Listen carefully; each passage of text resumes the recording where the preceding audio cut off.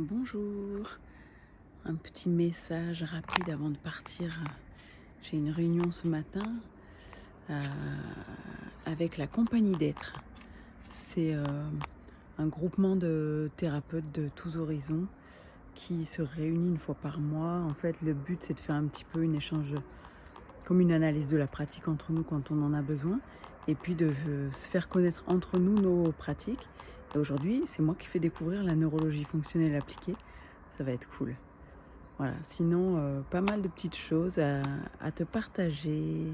D'abord, je voulais te dire que je viens de publier aujourd'hui un entretien inspirant que j'ai enregistré cet été avec Emmanuelle Soulard. Ça a été un grand moment, en tout cas pour moi, mais je pense qu'elle a passé un bon moment aussi.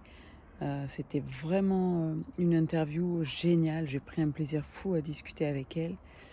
Et du coup, je lui ai proposé de revenir dans autre chose que j'organise. Mais tu sais, j'en ai déjà parlé un petit peu. Un sommet virtuel. Et elle a accepté. Je te donnerai plus d'infos sur le sommet très prochainement, c'est promis. Mais en attendant, va te régaler toi aussi de cet entretien. Elle est d'une richesse. J'ai adoré. Je suis fan absolue.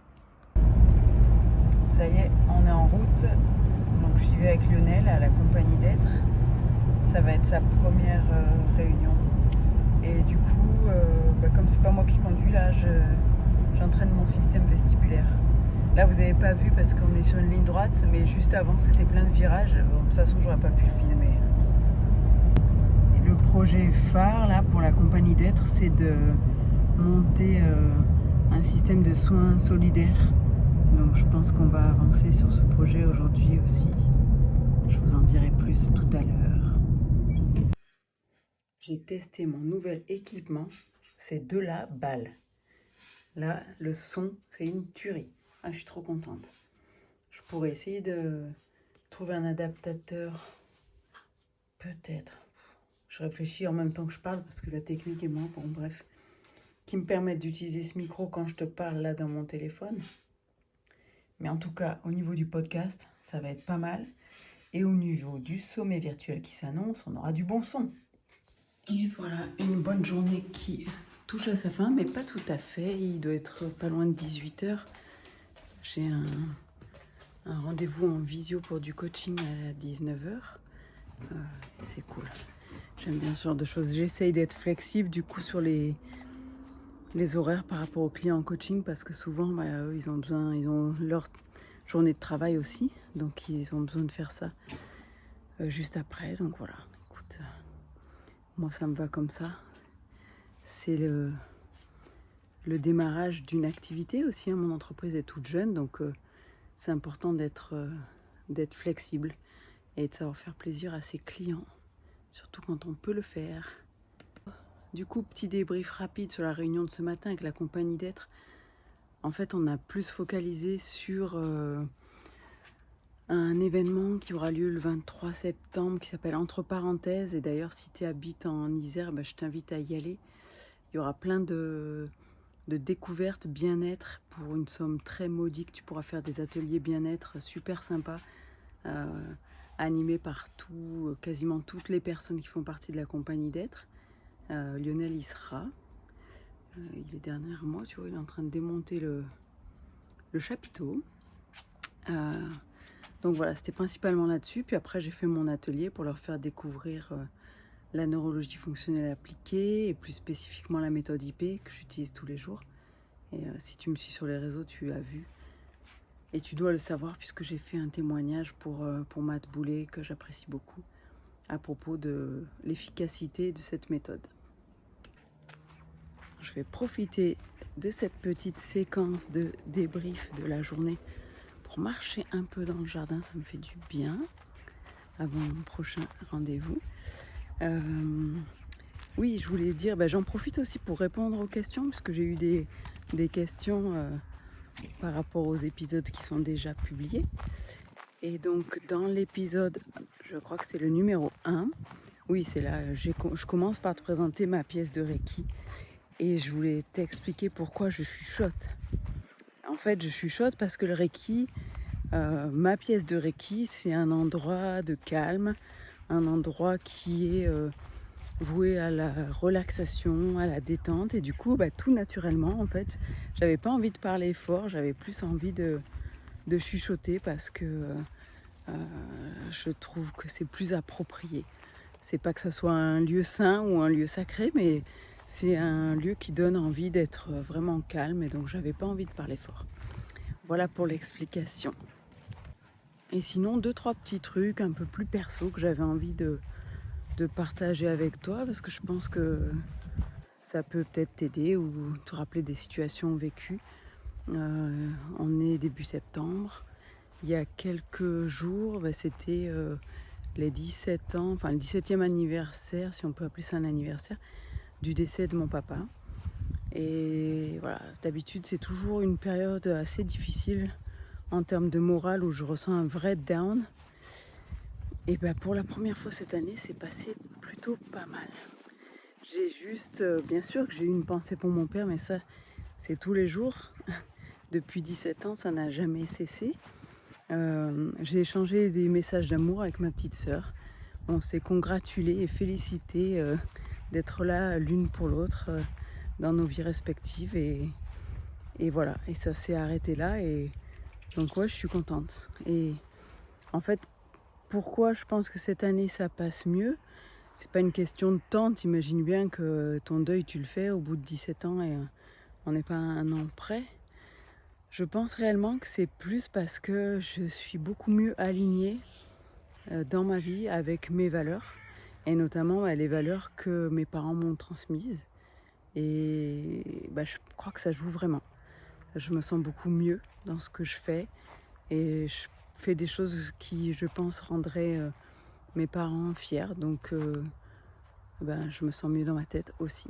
Voilà, c'était une petite réflexion que j'avais envie de partager avec toi.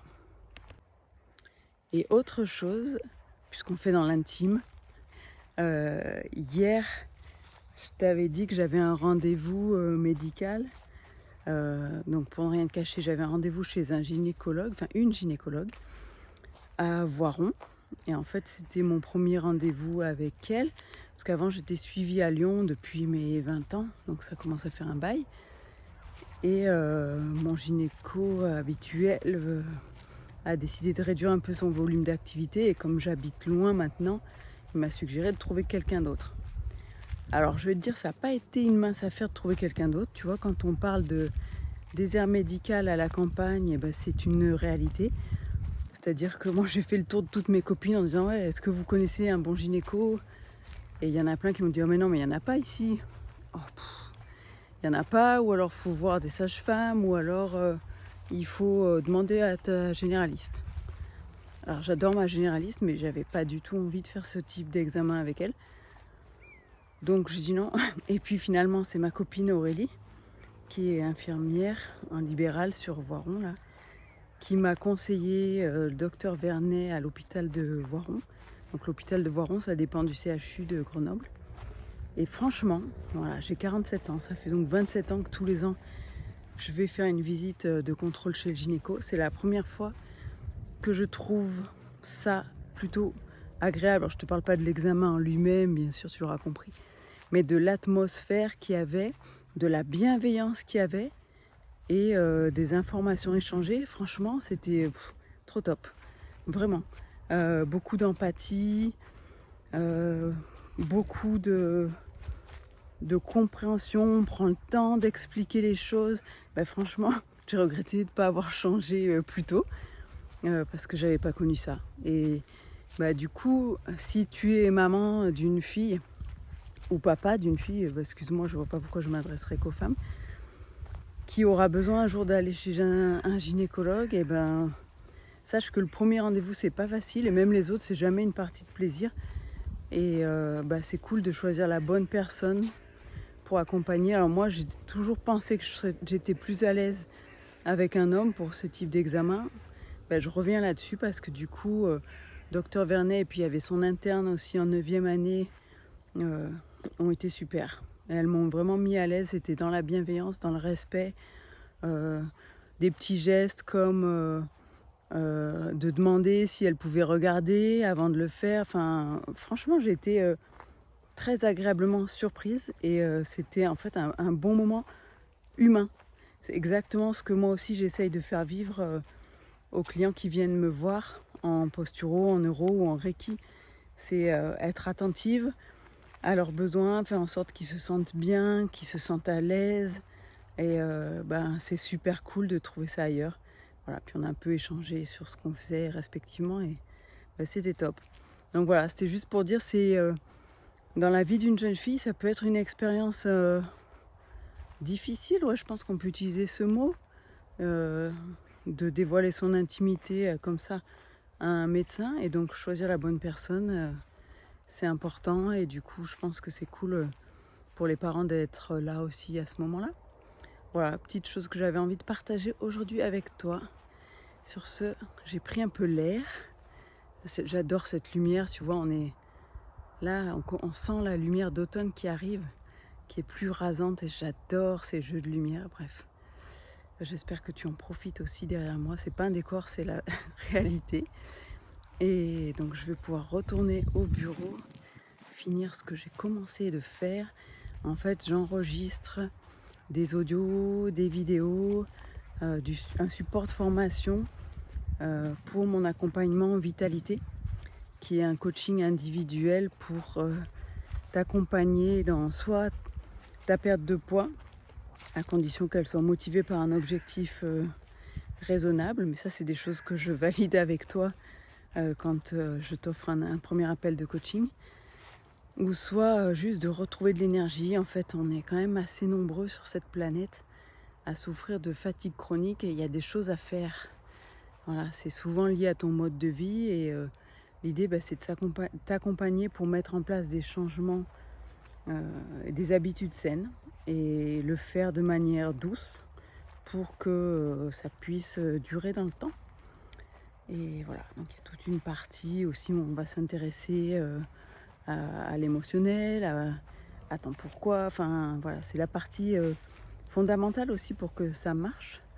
Et donc je fais un petit support qui te donne des ressources. Et puis après, ce que j'aime bien, et ça c'est ma marque de fabrique, j'ai envie de dire, j'aime bien que les gens comprennent pourquoi ils font les choses. Donc en fait, quand on passe à l'étape du plan d'action, de définir quelles sont les actions intéressantes pour toi, j'ai prévu des petits modules théoriques pour te donner les bases de biochimie, de physiologie, de compréhension du système nerveux, qui te permettront de savoir, je sais pourquoi je fais telle action et je sais pourquoi ça produit tel effet sur mon corps. Et je trouve que c'est beaucoup plus facile de se tenir à quelque chose si on sait pourquoi on le fait et quel effet ça peut avoir à court, moyen et long terme. Donc voilà, sur ce, je te souhaite une bonne soirée ou une bonne journée, ça dépend à quel moment tu regarderas cet épisode. Et j'y retourne. À bientôt.